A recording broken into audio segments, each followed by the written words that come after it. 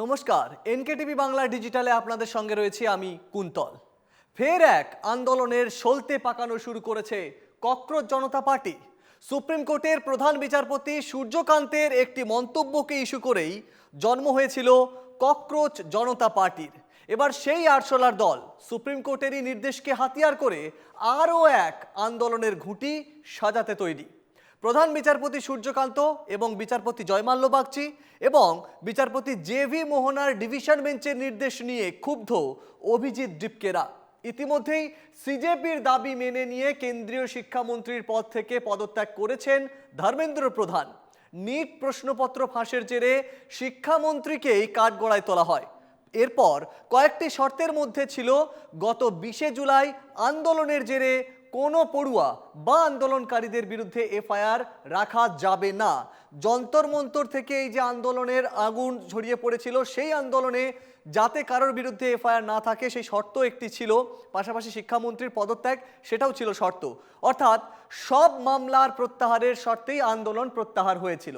কিন্তু মঙ্গলবার সুপ্রিম কোর্টের রায়ে সন্তুষ্ট নয় সিজেপির প্রতিষ্ঠাতা সহ আন্দোলনকারীদের একাংশ। সুপ্রিম কোর্টের বেশ কিছু নির্দেশের মধ্যে এটিও রয়েছে যে এফআইআর রুজু হয়েছে যেগুলি, সেগুলির তদন্ত চলবে। যদিও এই আন্দোলনের সঙ্গে থাকা নাবালকদের বিরুদ্ধে কোনো মামলা থাকছে না, এটাও আদালতেরই নির্দেশ। কিন্তু সমস্ত মামলা যেহেতু প্রত্যাহার হচ্ছে না, তাতেই সিঁদুরে মেঘ দেখছে আরশোলা পার্টির আন্দোলনকারীরা।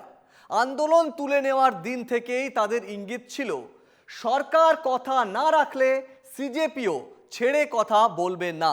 কেন্দ্র সরকারের প্রতিনিধি হিসেবে জেপি নাড্ডা এবং জিতেন্দ্র সিংহদের সঙ্গে কথায় আশ্বস্ত হয়েছিলেন সিজেপির সদস্যরা।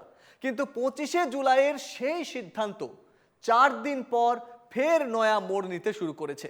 বুধবারই সিজেপির প্রতিষ্ঠাতা অভিজিৎ দীপকে বলেছেন, আমরা খুব শীঘ্রই আন্দোলন করব।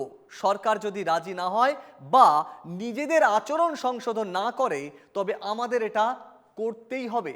অভিজিৎ দীপকের সাফ বার্তা। সিজেপির তরফে হুঁশিয়ারি দিয়ে বলা হয়েছে, ভারতের যুব সমাজ সরল বিশ্বাসে কেন্দ্রের সঙ্গে সমঝোতা এসেছিল, সেই সরল বিশ্বাসের সঙ্গে বিশ্বাসঘাতকতা করা যাবে না। প্রতিশ্রুতি ভঙ্গ হলে ভারতের রাজপথ আবারও তরুণদের কণ্ঠস্বর হয়ে উঠবে, এমনই হুঁশিয়ারি সিজেপির।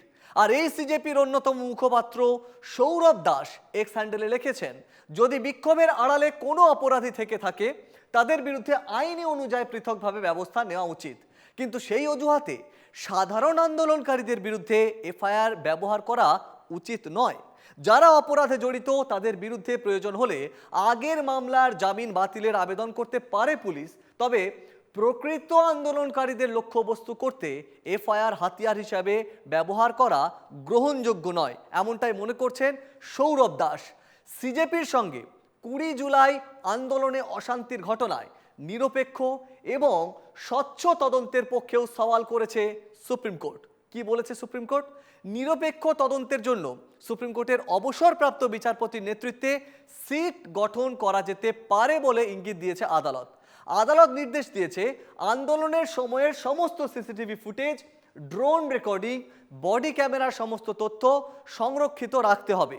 আর এ বিষয়ে কেন্দ্র, অসম, বিহার, পশ্চিমবঙ্গ এবং উত্তরপ্রদেশের পাশাপাশি মধ্যপ্রদেশ, মহারাষ্ট্র এবং কেরলের সরকারের কাছেও জবাব চাওয়া হয়েছে। লোকসভায় বুধবার অ্যান্টি পেপার লিক বিল নিয়ে আলোচনার সময় এই অর্থাৎ নিট প্রশ্নপত্রের পর এই যে সংসদে আলোচনা হচ্ছে, যেটা বিরোধীরা বারবার দাবি করেছিল যে সংসদে এই বিষয়ে আলোচনা হোক, এই যে অ্যান্টি পেপার লিক বিল নিয়ে আলোচনার সময় সুর চড়িয়েছেন বিরোধী দলনেতা রাহুল গান্ধী। লোকসভার বিরোধী দলনেতা রাহুল গান্ধীর একটি মন্তব্যকে নিয়ে শোরগোল এবং পাল্টা সরকারের তরফে জবাব দেওয়া হয়। দিল্লির যন্তর মন্তরে ছাত্র আন্দোলনের সময় পুলিশি দমন পীড়ন নিয়ে সরাসরি কেন্দ্রীয় স্বরাষ্ট্রমন্ত্রী অমিত শাহের বিরুদ্ধে মারাত্মক অভিযোগ তুলেছেন রাহুল গান্ধী। রাহুলের দাবি, স্বরাষ্ট্রমন্ত্রীর নির্দেশেই প্রতিবাদী পড়ুয়াদের উপর গুলি এবং পেলেট গান চালানো হয়েছিল। Sir, the Home Minister authorized the shooting of our students, sir. He put pellets into the blood of our students. He ordered the students of India to be shot. दूसरी बात, ये बार बार स्पष्ट किया गया कि गोली चली ही नहीं, अश्रु गैस, टीयर गैस का इस्तेमाल हुआ, लेकिन जब गोली चली ही नहीं तो आदेश देने का सवाल ही नहीं पैदा होता। और आदेश देने का अधिकार मैजिस्ट्रेट के पास रहता है, मंत्री के पास नहीं। कहीं भी गोली चलाने का आदेश कोई मंत्री नहीं देता, वो मैजिस्ट्रेट देता है, एसडीएम देता है, डीएम देता है। हम सब विधायक रहे हैं, सांसद रहे हैं, हमारे अनुभव में है। इसका अर्थ ये हुआ कि उन्हें सार्वजनिक जीवन का भी अनुभव में अभाव है। তার আরো দাবি, পড়ুয়ারা সত্যের পিছনে ছোটে, একটা শ্রেণী হলো পড়ুয়া, দ্বিতীয় শ্রেণী হলো ইডিয়েট, আর এই তৃতীয় শ্রেণী হলো অন্ধভক্ত যারা এই ইডিয়েটদের অনুসরণ করে। She said to me, there are two categories. There are two categories in this world, the student. She said a farmer can be a student, a lawyer can be a student, a doctor can be a student. What about these idiots? She says to me, these idiots, they don't listen to anything anyone says.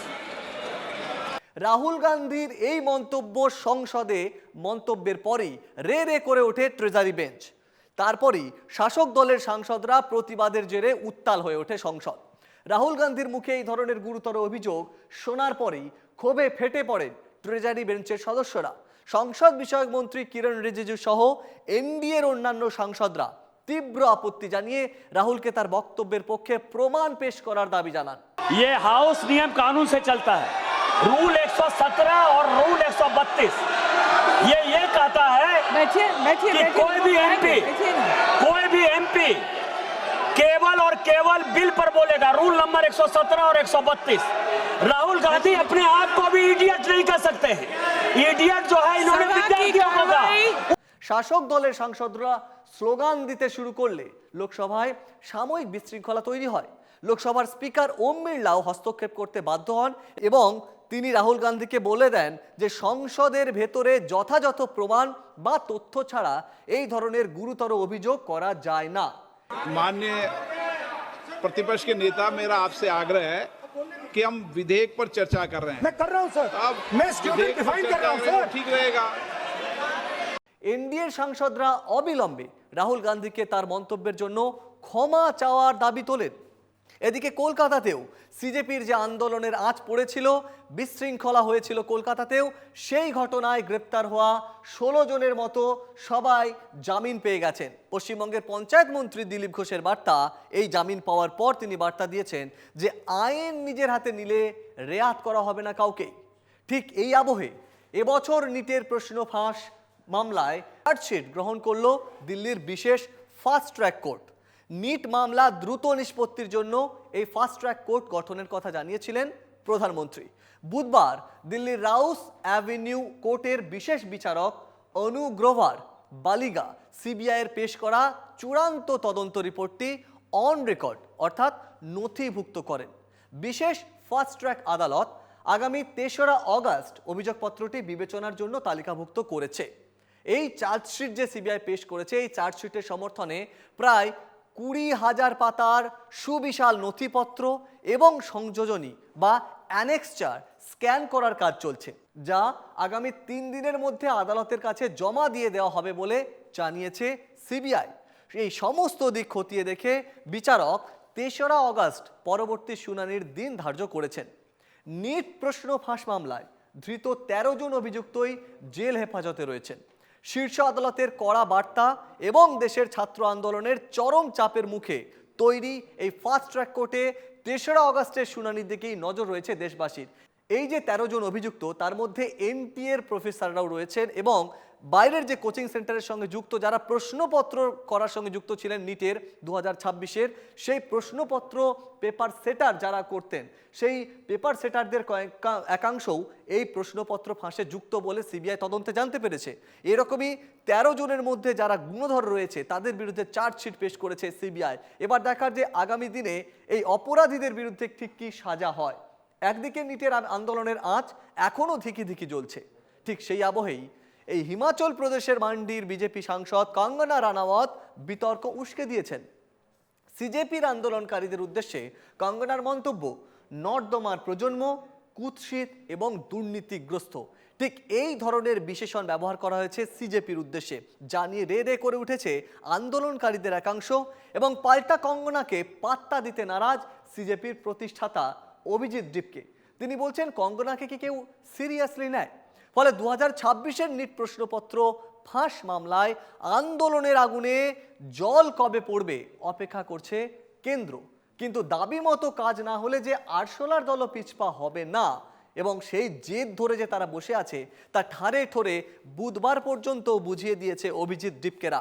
অর্থাৎ আগামী দিনেও ফের কি একটা স্ফুলিঙ্গ দেখা যাবে সিজেপির? ফের কি নিট প্রশ্নপত্র ফাঁসের আন্দোলনের যে জিগির উঠেছিল যন্তর মন্তর থেকে আবারও একবার দেশ জুড়ে ফুঁসবে সেই আন্দোলন?